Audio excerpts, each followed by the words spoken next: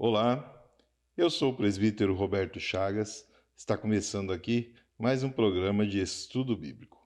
E como eu sempre tenho feito no início dos nossos programas, tenho apresentado a vocês o meu livro de estudo que eu tenho compartilhado com vocês. A minha Bíblia é uma Bíblia pentecostal, uma Bíblia de pastor, onde ela tem várias variantes dentro dos seus capítulos e versículos, e também com várias referências. A Bíblia, ela é traduzida por João Ferreira de Almeida. A minha edição, ela é de 1995. Portanto, aqueles que estão nos acompanhando, as leituras aí com a sua Bíblia, caso ela esteja dentro do mesmo capítulo aqui que eu estou lendo, mas com algumas frases um pouco diferentes, não tenha problema com isso. O importante é o conceito do estudo, que é o fundamento. Temos que ler o contexto, explicar para vocês ali corretamente dentro dessas variantes.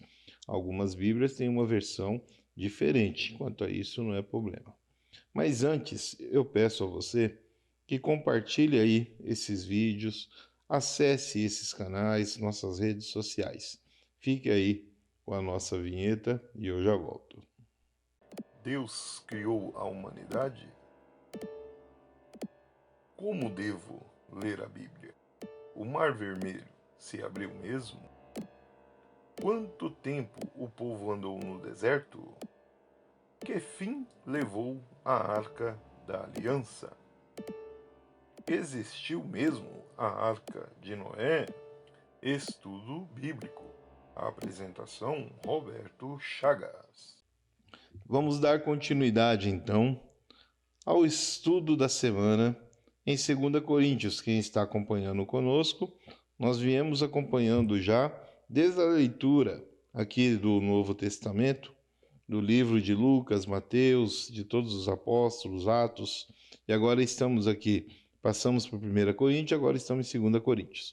Vamos finalizar essa leitura aqui até Apocalipse, depois recomeçamos ali em Gênesis, mas vamos aqui, 2 Coríntios, você que tem uma Bíblia aí, capítulo 3. Eu vou ler, como sempre faço, e vou explicando aqui dentro daquilo que eu tenho aqui na minha variante aqui, como referência.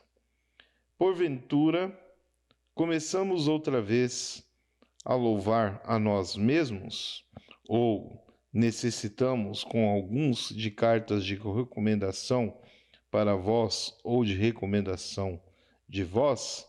Então Paulo já começa aqui nessa carta de Coríntios, falando sobre a questão de carta de recomendação, onde muitas pessoas ali que estavam, havia ali uma necessidade de carta de recomendação para se apresentar em outros lugares, mas no caso daqueles que ele estava se referindo, não havia necessidade desta carta de recomendação, pois muitos já o conheciam e sabiam da sua índole. Vamos continuar. Vós sois a nossa carta, escrita em nossos corações, conhecida e lida por todos os homens. Porque já é manifesto que vós sois a carta de Cristo, ministrada por nós e escrita, não com tinta, mas com o Espírito do Deus vivo, não em tábuas de pedra, mas nas tábuas de carne do coração. E por Cristo temos tal confiança em Deus. Vou dar uma parada aqui para que nós possamos entender e compreender essa questão que Paulo está se referindo aqui. O versículo 3, ele tem uma referência assim, escrita nas tábuas de carne do coração. Sob o novo concerto estabelecido pelo sangue de Cristo, o Espírito Santo escreve a lei de Deus, não em tábuas de pedra, conforme ocorreu no Sinai, mas nas tábuas do coração. Por isso, o crente tem a lei de Deus no coração e, pelo poder do Espírito, consegue guardá-la. Esta lei interior consiste em amar a Deus e ao próximo. Então, Paulo está se referindo aqui não somente às leis que foram entregues a Moisés no Monte Sinai, as leis dos 10 mandamentos, que foi escrito em tábuas de pedra, onde ali todos poderiam ver. Essas tábuas poderiam ser apresentadas em qualquer lugar, desde que elas não tivessem sido colocadas dentro da Arca da Aliança. Então aqui ele fala que a recomendação maior que é apresentada pelos lugares que ele passa, ou aqueles que estão com ele, que são verdadeiros, que realmente fazem a obra, a maior carta de recomendação é aquilo que vem dentro do seu coração, para falar sobre Cristo, falar sobre salvação, falar sobre fé, falar sobre obras. E é isso que Paulo está falando aqui, que não havia necessidade de uma carta representativa escrita por mãos humanas, mas sim aquilo que é feito de coração para que todos pudessem ver e entender que a pessoa que estava ali era muito bem recomendada do alto. Vamos seguir a partir do 5. Não que sejamos capazes, por nós, de pensar alguma coisa como de nós mesmos, mas a nossa capacidade vem de Deus, o qual nos fez também capazes de ser ministros de um novo testamento, não da letra, mas do Espírito, porque a letra mata e o Espírito vivifica. É muito interessante isso daqui que Paulo está falando. Quando ele diz que a letra mata, nós temos que entender e compreender da seguinte forma: não é a lei nem a palavra de Deus escrita em si mesma que destrói. Trata-se, pelo contrário, das exigências da lei, que sem a vida e sem o poder do Espírito trazem condenação. Mediante a salvação em Cristo, o Espírito Santo concede vida e poder espiritual ao crente para que este faça a vontade de Deus.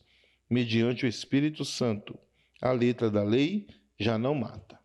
Então vamos entender aqui sobre essa questão, pois Paulo está deixando bem claro daqueles que recebem o Espírito Santo. Quando você é batizado com o Espírito Santo, automaticamente você tem autoridade do céu, autoridade de Deus, que é isso que Paulo está falando aqui, para levar a palavra, para deixar a outras pessoas uma palavra de conforto, de paz, onde eles devem seguir os caminhos que vão estar ali sendo salvos. E Paulo está falando sobre esta questão aqui, que não é nenhuma carta escrita por mão humana, que é uma letra que é escrita, que vai trazer um conforto, mas sim aquilo que é colocado de dom espiritual sobre a vida de uma pessoa, que é tudo devido ao Espírito Santo de Deus. Paulo ele toca muito nesse assunto aqui em Coríntios, pois ele sabia que muitos ali precisavam, necessitavam buscar o batismo do Espírito Santo. Pois as pessoas ali, elas estavam, já falei nos programas anteriores, as pessoas ali, devido às suas condições financeiras de ser um pouco mais abastadas do que outras cidades, outros lugares onde Paulo esteve, em Colossenses, em Filipos. Então, ali as pessoas não estavam preocupadas em buscar o batismo do Espírito Santo. Na cabeça deles, indo somente à igreja, para eles já estavam de bom tamanho. A sua frequência nos cultos já era o suficiente. Não é muito diferente do que acontece nos dias de hoje. Há muitas pessoas que acham que o dinheiro que elas têm, do dízimo que dão, da oferta, vai trazer para elas a salvação. E não fazem nenhum tipo de esforço para obter uma fé maior, para ter ali uma salvação junto com a obra, para poderem serem salvos. Pois tudo tem que andar junto: fé, salvação e obra. E muitos ali não queriam saber disso, não estavam preocupados com essa questão. Vamos continuar aqui a partir do versículo 6. Número 7. Vamos continuar a partir do versículo 7. E se o ministério da morte, gravado com letras em pedras, veio em glória, de maneira que os filhos de Israel não podiam fitar os olhos na face de Moisés por causa da glória de seu rosto, a qual era transitória. Então vamos relembrar aqui, nesse versículo 7, o que aconteceu com os 40 dias que Moisés ficou no Monte Sinai, pela segunda vez que ele foi ali e foi pegar ali com Deus novamente as tábuas. Moisés fica ali durante um bom tempo. Muitas pessoas agora já sabiam e compreendiam que essa demora era necessária, pois a primeira vez que Moisés ficou, essa demora toda fez com que muita gente ali tivesse dúvida. Eles achassem que Moisés poderia já estar morto e que talvez o Deus que eles estavam ali seguindo, que tinha tirado eles do Egito, não estivesse mais com eles.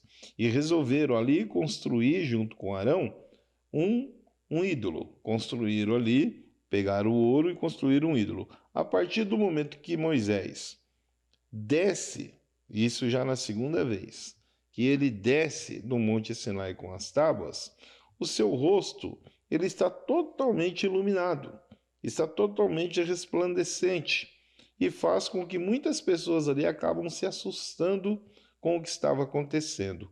Mas essa luminosidade no rosto de Moisés, ela foi causada devido a um pedido dele mesmo, pois ele queria ver Deus, ele queria ver a face de Deus. E não foi permitido, é claro, não lhe foi permitido. Mas ele pôde ver a glória de Deus numa fenda das rochas, onde ali o seu rosto ficou desta forma. Depois, é claro, voltou ao normal. Vamos ler aqui o número 8. Como não será de maior glória o ministério do Espírito? Há uma explicação relevante sobre essa questão do ministério do Espírito. Aqui Paulo chama o Novo Testamento, ou o Novo Concerto, ministério do Espírito, referindo-se à ministração do Espírito Santo, mediante a fé em Cristo. Recebemos o Espírito Santo, nascemos de novo e recebemos a promessa do batismo do Espírito. Todos os benefícios redentores em Cristo vêm através do Espírito Santo. É Ele quem nos transmite a presença de Cristo e todas as suas bênçãos. Então, veja bem a importância de você buscar o batismo no Espírito Santo. Ao ser batizado com o Espírito Santo, eu já fui batizado com o Espírito Santo, sou batizado, a minha esposa é batizada com o Espírito Santo. Esse batismo, ele te aproxima mais do nosso Senhor Jesus Cristo, onde os dons celestiais são manifestos e podemos receber de Jesus mensagens transitórias para estar repassando ao povo de Deus, àqueles que ainda não são batizados e não têm fé, porque Paulo deixa bem claro isso.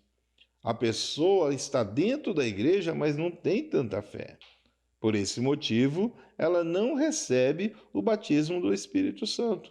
Por esse motivo, ela não recebe os dons necessários. Está entendendo isso daqui? Não é difícil compreender o que está acontecendo aqui no capítulo 3, a partir do versículo 8.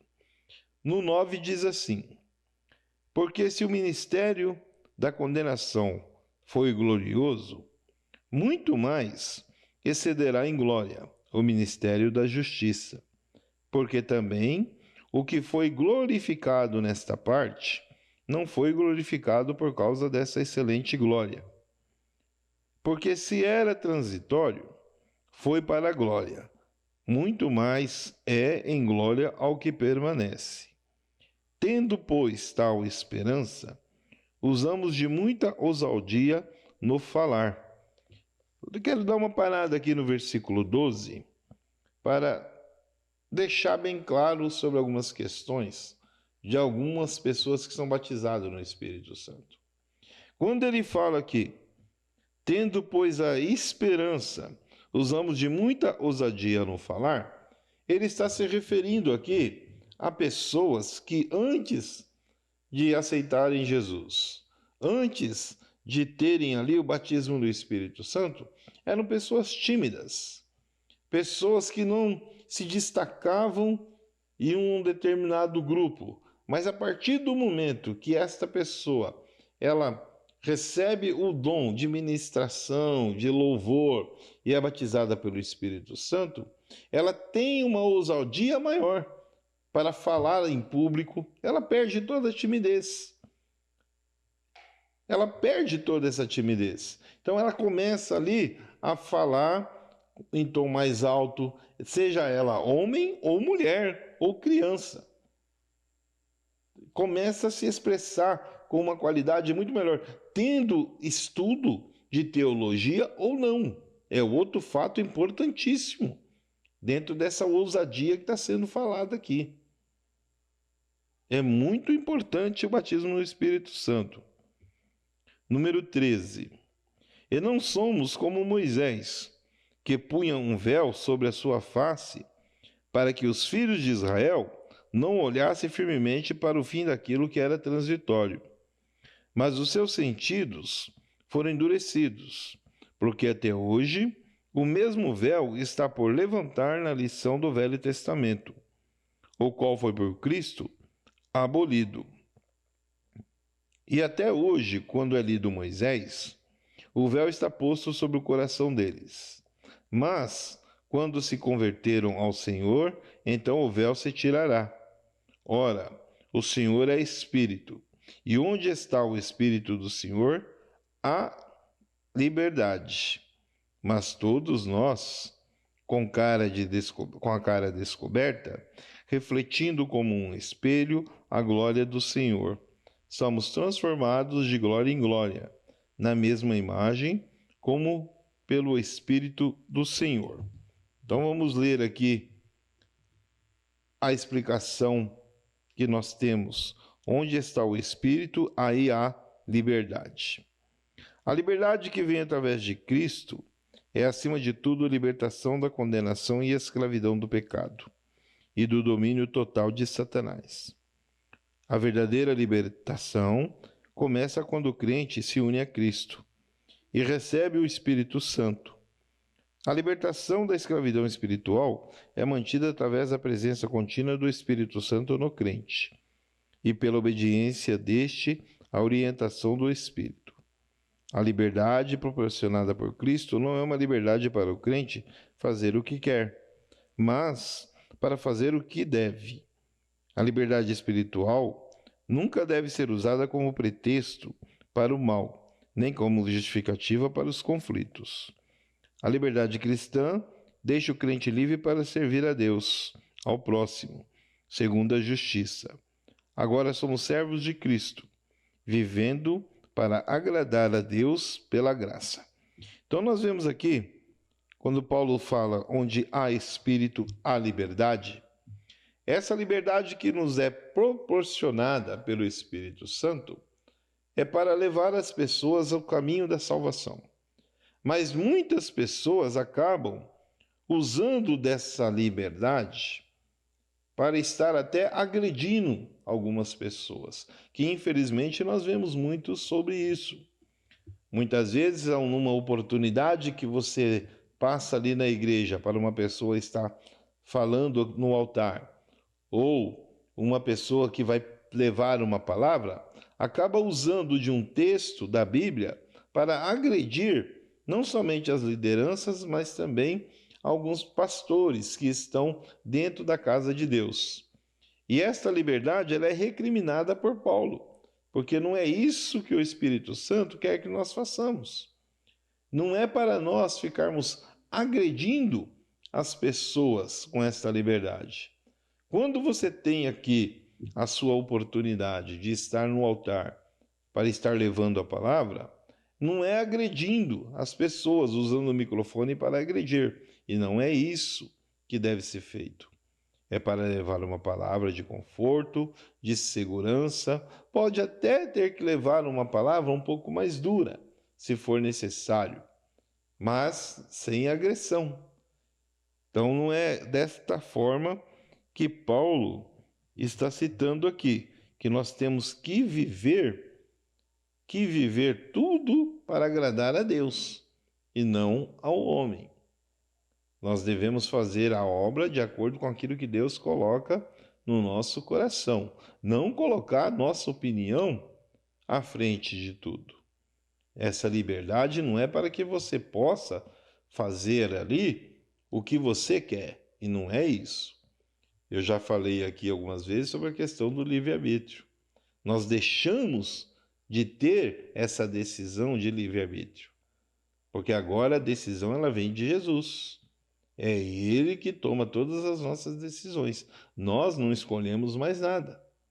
Nós não damos sim para mais nada. Mas sim Jesus é que coloca em nós o que devemos fazer. Está terminando aqui, dá tempo de eu falar ainda um pouco do número 18, que ele diz assim: refletindo a glória do Senhor.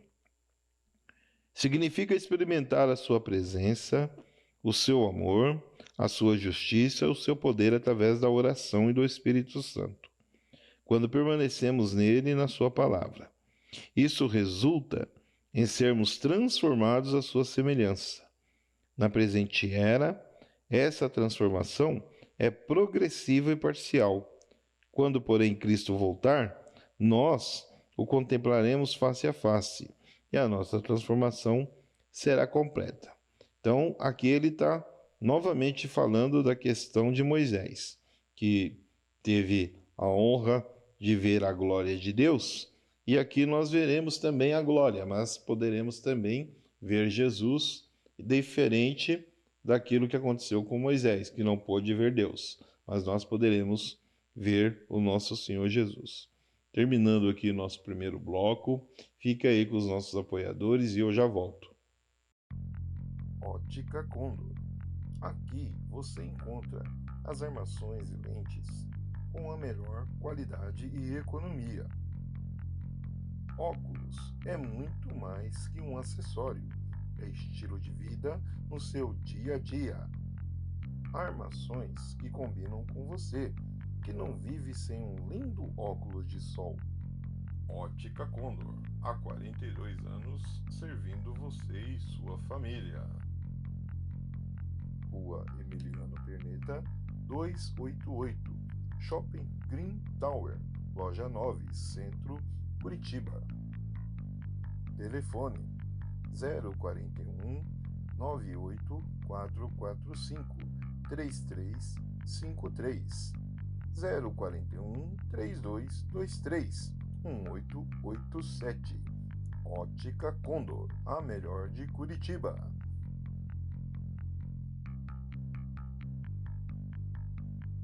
Deus criou a humanidade? Como devo ler a Bíblia? O Mar Vermelho se abriu mesmo? Quanto tempo o povo andou no deserto? Que fim levou a Arca da Aliança? Existiu mesmo a Arca de Noé? Estudo Bíblico. A apresentação Roberto Chagas. Voltamos então para a nossa segunda parte do programa e vamos dar continuidade aqui a partir de 2 Coríntios no capítulo 4. O título da minha Bíblia diz assim: Jesus Cristo é o único assunto do ministério de Paulo. Pelo que, tendo este ministério segundo a misericórdia que nos foi feita, não desfalecemos. Antes, rejeitamos as coisas que por vergonha se ocultam, não andando com astúcia nem falsificando a palavra de Deus. E assim, nos recomendamos a consciência de todo homem na presença de Deus pela manifestação da verdade. Então, Paulo já inicia aqui esse capítulo 4, falando principalmente de sacerdotes, pastores, pessoas que estão ali com essa autoridade, de subir no altar e levar a palavra, mas que estão mudando o conceito daquilo que é feito da Bíblia, falando de Jesus. Então, se o assunto do ministério de Paulo era Jesus, ele fala somente a verdade, por mais que ele não tenha convivido com Jesus, porque nós sabemos que Paulo, quando ele se tem aquela presença fortíssima com Jesus, aquele encontro maravilhoso, Jesus já havia ascendido, já tinha sido crucificado, e Paulo está indo ali para Damasco e vem uma forte luz, ele cai ao chão de joelhos e ouve a voz ali de Jesus. Ele pode não ter andado com Jesus, mas conhece muito bem toda a sua trajetória que foi aqui na terra, tudo que Jesus fez. Por esse motivo, ele teve não somente autoridade, não somente o batismo com o Espírito Santo, Jesus só não transformou a vida dele para que ele pudesse fazer tudo isso. Então, Paulo, ele fala sobre essa questão de pessoas que estão falando coisas que não têm nada a ver com a Bíblia em cima de altar, na hora que eles estão com suas oportunidades. Estão falando coisas que não existem, falsificando a palavra de Deus. No número 4, ele diz assim: nos quais o Deus deste século cegou os entendimentos dos incrédulos, para que não lhes resplandeça a luz do Evangelho da glória de Cristo, que é a imagem de Deus. Vamos dar uma lida aqui nessa referência, que diz assim: o Deus desse século. O Deus desse século, ou príncipe deste mundo, é Satanás, que exerce poder sobre boa parte da atividade deste mundo. Ele governa como usurpador, e seu governo é temporário e não absoluto. Satanás continua agindo, mas somente segundo a vontade permissiva de Deus, até o fim da história. Aqueles que não se submetem a Jesus Cristo permanecem sob o controle de Satanás. Este cega os olhos deles, a verdade e a glória do Evangelho, a fim de não serem salvos. A solução para essa trágica situação é neutralizar a atividade dele, mediante a intercessão e pregar o Evangelho no poder do Espírito Santo, para que o povo ouça, entenda e decida crer ou não. Então nós vemos aqui, nessa passagem, que quando ele fala, quando ele cita Deus desse século, ele está falando de Satanás. Então ele coloca Satanás como um Deus, que Satanás ele está aqui para tomar algumas atitudes até certo ponto. Há um limite das atitudes que Satanás tem sobre todo o mundo, sobre todas as pessoas. Deus permite que Satanás tome algumas atitudes, mas também tem tempo determinado para tudo isso acabar. Há um limite para tudo isso. Está em Apocalipse. Quem já leu, quem já estudou, nós vamos chegar lá nessa parte do estudo. Estamos aqui em 2 Coríntios, já temos mais algumas passagens aqui até chegar até ali. Mas nós vamos compreender tudo isso que Paulo está falando aqui. Seguindo aqui no capítulo 5, ele diz: porque não nos pregamos a nós mesmos, mas a Cristo Jesus, o Senhor. E nós mesmos somos vossos servos, por amor de Jesus.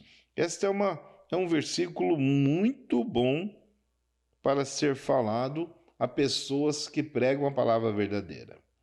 Porque quando nós somos pregadores, nós que somos representantes de Cristo, quando estamos no altar de Deus, a palavra ela vem primeiro para nós como revelação.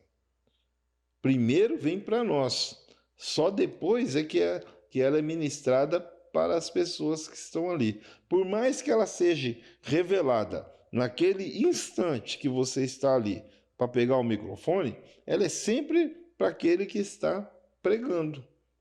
Primeiro vem para nós, depois para as outras pessoas. Nós nunca pregamos para fulano, ciclano, bertano. Pregamos para nós primeiramente e só depois para as outras pessoas. Número 8. Porque Deus, que disse que das trevas resplandecesse a luz, é quem resplandeceu em nossos corações, para a iluminação do conhecimento da glória de Deus na face de Jesus Cristo. Temos, porém, esse tesouro em vasos de barro, para que a excelência do poder seja de Deus e não de nós. Em tudo somos atribulados, mas não angustiados, perplexos, mas não desanimados. É muito boa essa passagem aqui do 8 e do 9, que ele diz assim. Vamos ver primeiro o número 7, que ele fala sobre o tesouro em vaso de barro. O cristão é um vaso de barro que às vezes passa por tristeza, lágrimas, aflições, perplexidades, fraquezas e temores. Mas o cristão não é derrotado por causa do tesouro celestial que nele está. O cristianismo não é eliminação da fraqueza, nem meramente a manifestação do poder divino através da fraqueza humana. Isso significa que em toda aflição podemos ser mais do que vencedores mediante o poder e o amor de Deus. Que nossas fraquezas, aflições e sofrimentos nos tornam totalmente receptivos à graça abundante de Cristo e permite que a sua vida seja manifesta em nossos corpos. Então vamos compreender essa questão aqui que ele fala sobre tesouro em vaso de barro. Quando nós falamos em acumular riquezas, não estamos nos referindo a acúmulo de riqueza aqui da terra, mas sim de riqueza que iremos receber no céu. São riquezas celestiais. E quais são essas riquezas celestiais? Quando nós estamos fazendo a obra de Deus, somos fiéis, dizimista, ofertante, temos fé, recebemos a salvação, essa riqueza que está resguardada para nós no céu será nos dada no momento que o Senhor Jesus voltar. Ele deixa bem claro nessa questão. Jesus, quando ele vai subir aos céus, ele fala para os apóstolos: irei preparar a vocês novas moradas. E a palavra ela diz que nessas novas moradas tem ruas de ouro, pedras de jaspion, tem roupas ali e pedras preciosas que nós nunca poderíamos imaginar, que não se encontram aqui onde estamos.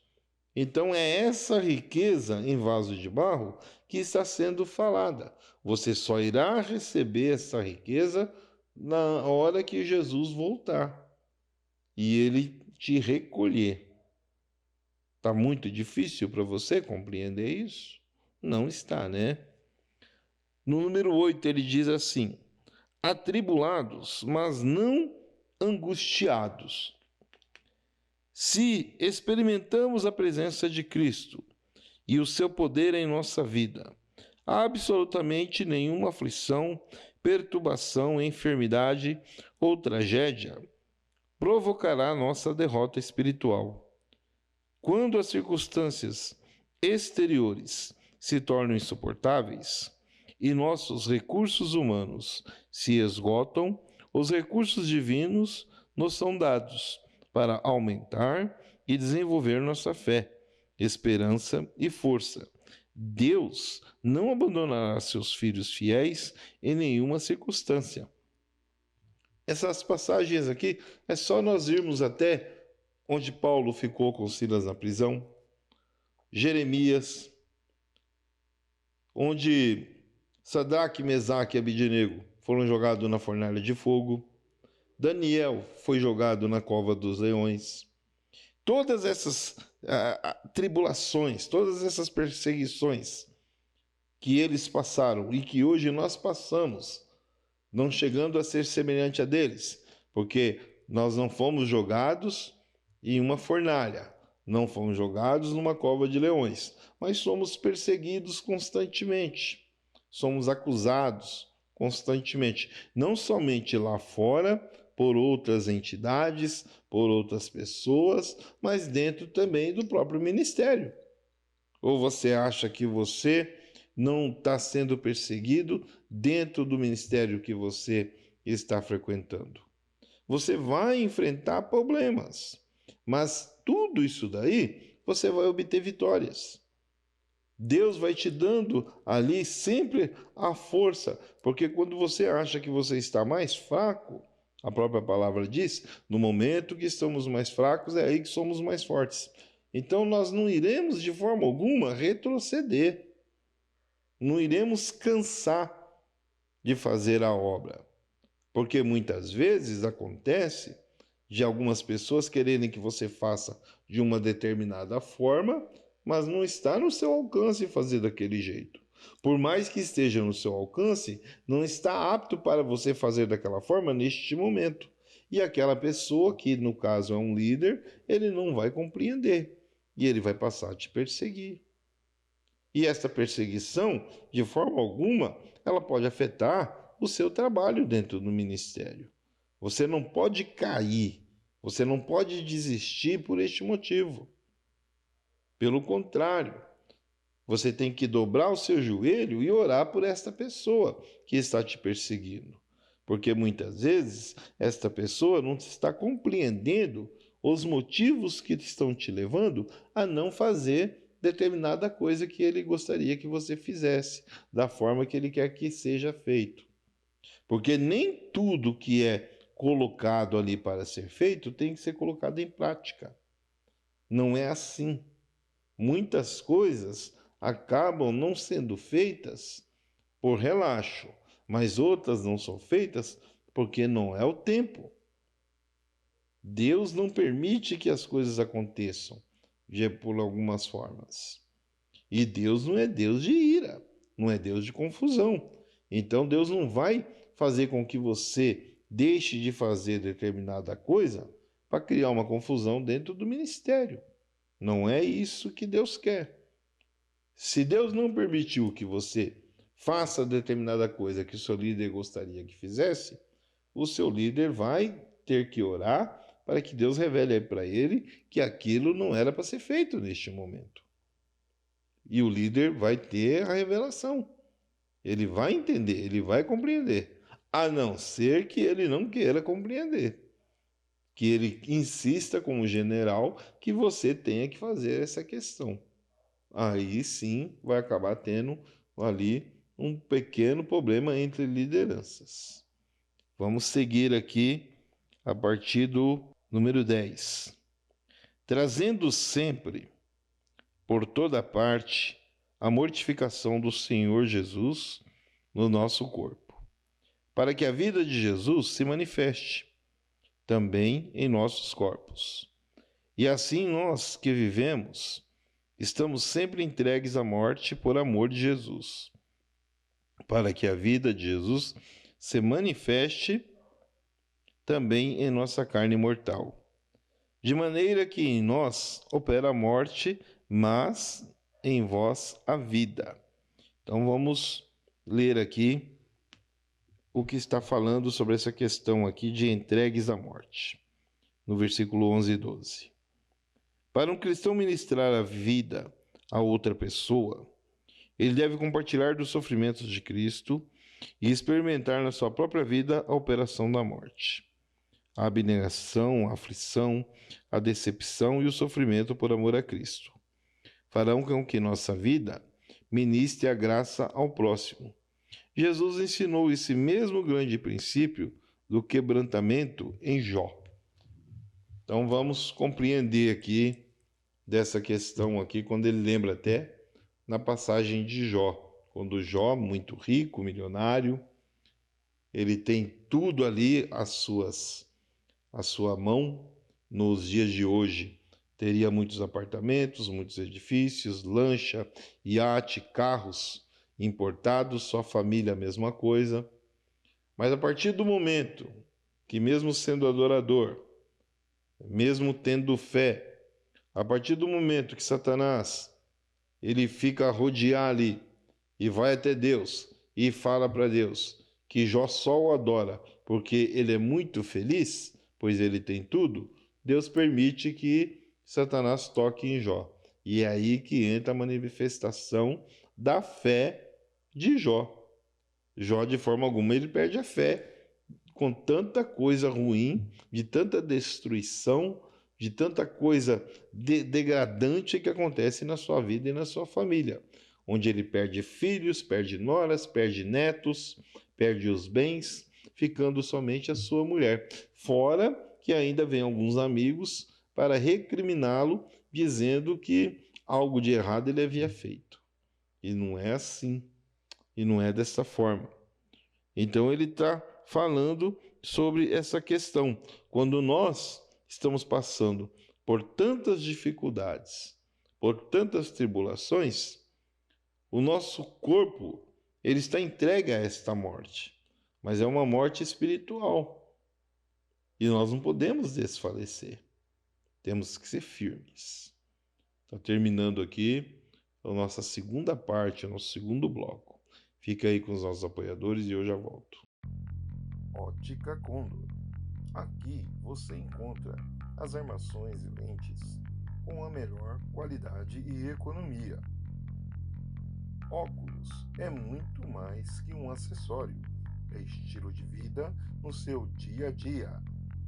Armações que combinam com você, que não vive sem um lindo óculos de sol.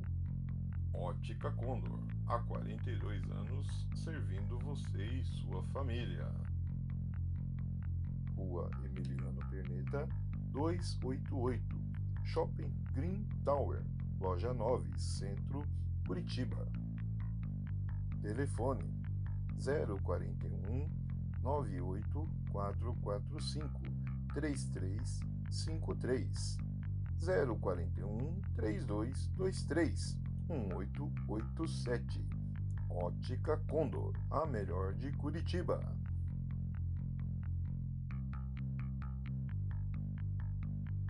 Deus criou a humanidade? Como devo ler a Bíblia? O Mar Vermelho se abriu mesmo? Quanto tempo o povo andou no deserto? Que fim levou a Arca da Aliança? Existiu mesmo a Arca de Noé? Estudo Bíblico. A apresentação, Roberto Chagas. Voltamos então para o nosso terceiro e último bloco.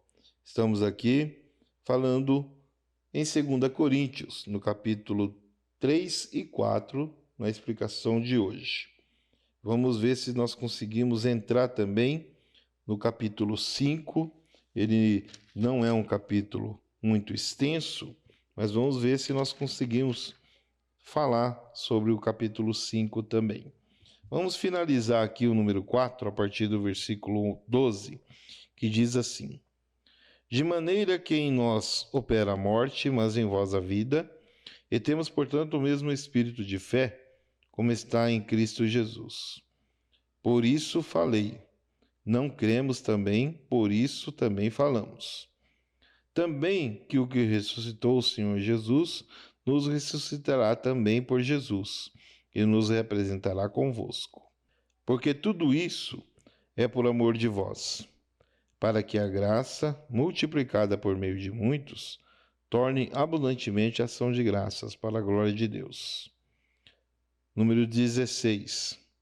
Por isso não desfalecemos, mas, ainda que o nosso homem exterior se corrompa, o interior, contudo, se renova de dia em dia. Porque a nossa leve e momentânea tribulação produz para nós um peso eterno de glória mil, excelente. Não atentando nós nas nossas coisas que se veem, mas na que se não veem. porque as que vêm são temporais, e as que se não vêm são eternas. Vamos ver a relevante aqui sobre essa questão do homem exterior. O homem exterior é o nosso corpo físico, sujeito à decadência e que vai caminhando para a morte por causa da moralidade e aflição da vida.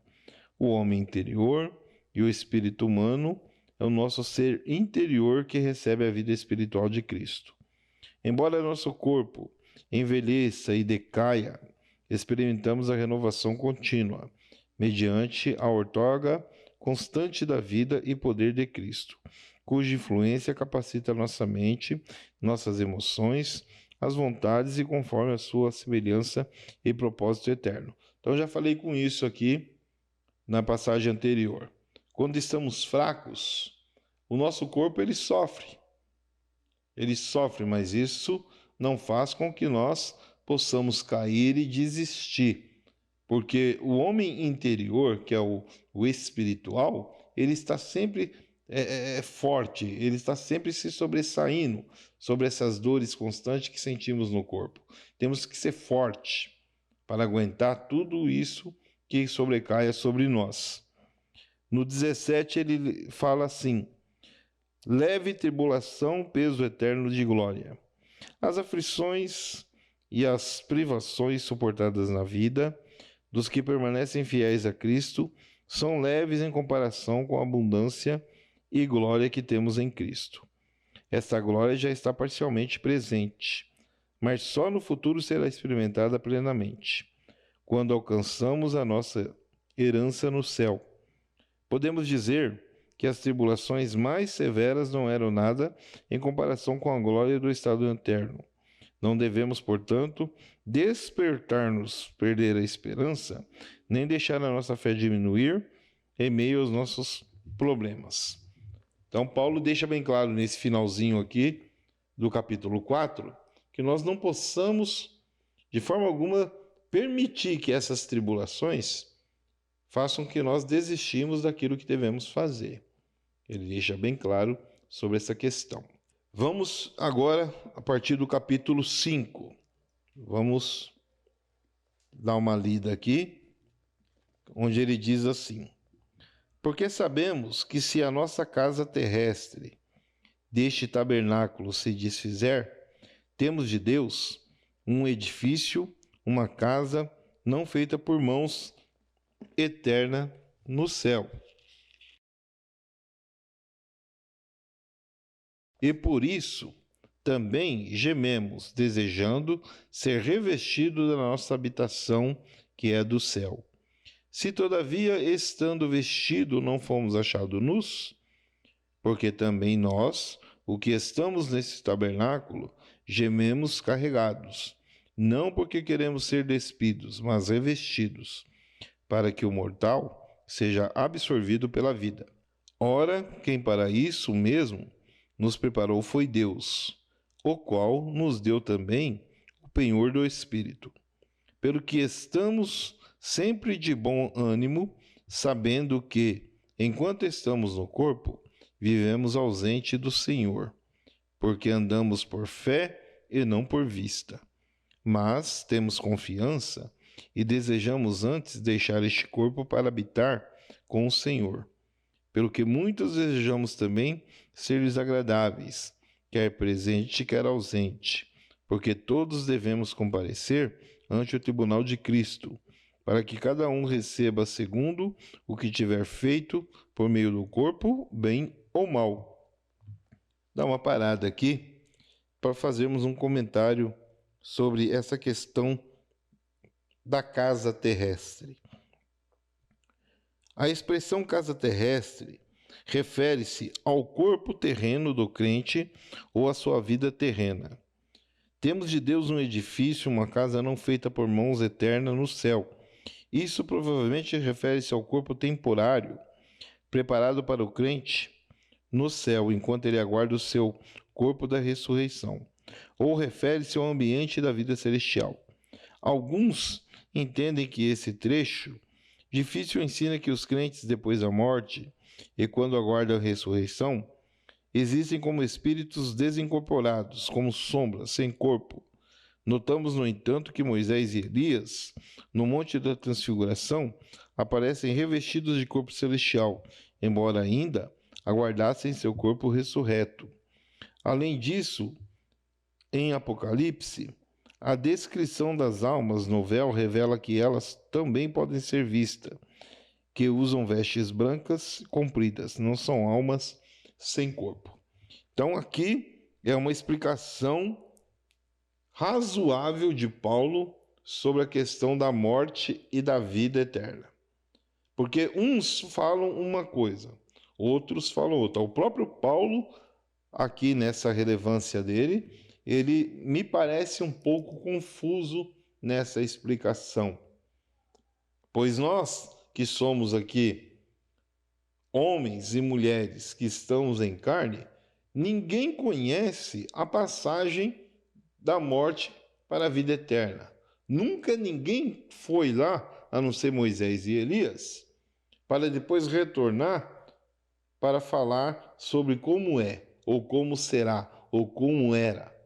Então não tem como uma pessoa, pelo menos eu não conheço ninguém que morreu e voltou, não conheço. Nós vemos aí algumas histórias, algumas lendas de algumas pessoas que dizem que morreram, que viram Jesus. Não sou contra nenhuma opinião, mas não assino embaixo. Eu vou pela palavra. Se nós, a partir do momento que recebemos o Espírito Santo, começarmos a acreditar nas coisas que vemos de rede social e outras coisas mais, perdemos nossa fé dentro da palavra de Deus. Acabamos não crendo, não acreditando naquilo que está sendo falado aqui. O ministério da reconciliação, a partir do versículo 11. Assim que, sabendo o temor que se deve ao Senhor, persuadimos os homens à fé, mas somos manifestos a Deus, e espero que na vossa consciência sejamos também manifestos, porque não nos recomendamos outra vez a vós, mas dando-vos a ocasião de vos gloriardes de nós, para que tenhais que responder aos que se gloriam na aparência e não no coração. Porque se enlouquecemos é para Deus, e se conversamos ao juízo é para nós, porque o amor de Cristo não nos constrange, julgando nós assim, que se um morreu por todos, logo todos morrerão. E ele morreu por todos, para que os que vivem não vivam mais para si, mas para aqueles que por ele morreu e ressuscitou. Assim que daqui por diante a ninguém conhecemos segundo a carne, e ainda que também tenhamos o conhecido Cristo segundo a carne. Contudo, agora já não conhecemos desse modo. Assim que se alguém está em Cristo, nova criatura é. As coisas velhas já passaram, eis que tudo se fez novo. E tudo isso provém de Deus, que nos reconciliou consigo mesmo, por Jesus Cristo nos deu o ministério da reconciliação. Isto é, Deus está em Cristo reconciliando consigo o mundo, não lhes imputando dos seus pecados. Por nós, a palavra da reconciliação. De sorte que somos embaixadores da parte de Cristo, como se Deus por nós rogássemos. Rogávamos, pois, da parte de Cristo que nos reconcilieis com Deus. Aquele que nos conheceu o pecado e o fez pecado por nós, para que nele fôssemos feitos justiça de Deus. Então nós estamos aqui, vendo que Paulo, ele deixa bem claro que a partir do momento que você aceita Jesus, que você é batizado no Espírito Santo, que uma nova criatura você é. Que agora as coisas velhas não podem mais, de forma alguma, as coisas passadas, terem efeito na sua vida. As coisas velhas não podem mais fluir dentro de você, deixando com que você perca a salvação. Não há mais um direito de coisas antigas mexer na sua vida. Onde nós muitas vezes falamos sobre remexendo em baú velho. Quando você vai mexer em coisas passadas, essas coisas vão te trazer somente dor, sofrimento. E é isso que Paulo está falando. Para que tenhamos uma reconciliação, uma vida nova, não somente com aqueles com que nos fizeram mal, que nós falamos que temos que perdoar a todos, é necessário que você esqueça tudo o que passou para trás. O perdão tem que ser ele definitivo e verdadeiro. Não pode ser um perdão falso. Já falei muito sobre essa questão. O perdão, ele não pode de forma alguma ser falsificado. Não pode. E para você que está nos acompanhando aqui, eu quero deixar aí para você todas as nossas redes sociais para que você possa falar conosco, entrar em contato, falar sobre o programa de estudo bíblico. Diga para nós de onde você está assistindo, acompanhando, de que cidade, de que estado, o que você está achando do programa. Talvez até de algum país, pois as televisivas que têm nos auxiliado na transmissão está em todo o mundo. Fale de onde você está, mande uma mensagem para nós, para que possamos compreender que o programa está se estendendo, está chegando em vários lugares, porque este daqui é um programa de evangelização. Então, se você nos disser de onde está chegando, nós teremos ideia aonde está se expandindo este canal, aonde está chegando este programa, em qual país, como está sendo a aceitação. E também eu lhe peço que você possa nos auxiliar de alguma forma, nos auxilie, nos ajude. Está aparecendo aí tanto o CNPJ da nossa igreja com o QR Code, para que você possa fazer um Pix de qualquer valor. Como eu já disse anteriormente, nós temos aqui uma grande obra missionária que nós fazemos. Nós ajudamos famílias, ajudamos pessoas, moradores de rua, e nós precisamos de vocês. Qualquer valor que você puder nos auxiliar já será de grande ajuda. Ajude-nos a manter este programa no ar. Eu não sei neste momento o que você está passando, eu não sei neste momento se você poderá dobrar seu joelho ou não, se poderá fechar seus olhos, mas mentalize comigo agora que eu vou fazer uma oração.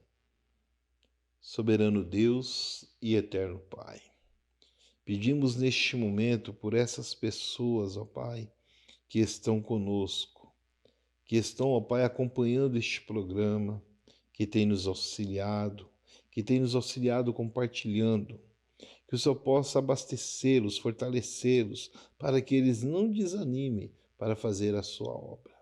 Mas se caso algum deles estiverem passando por alguma dificuldade, por uma perseguição, por uma tribulação, se estiverem enfermos, que só possa, ó Pai, enviar seus anjos para curar, para fortalecer, para que essas pessoas tenham uma fé definitiva naquilo que seu Filho amado deixou conosco. Que possam, Senhor, sentir o poder da sua graça, pois cremos no seu poder, ó Pai. Amém. Até o próximo programa de Estudo Bíblico.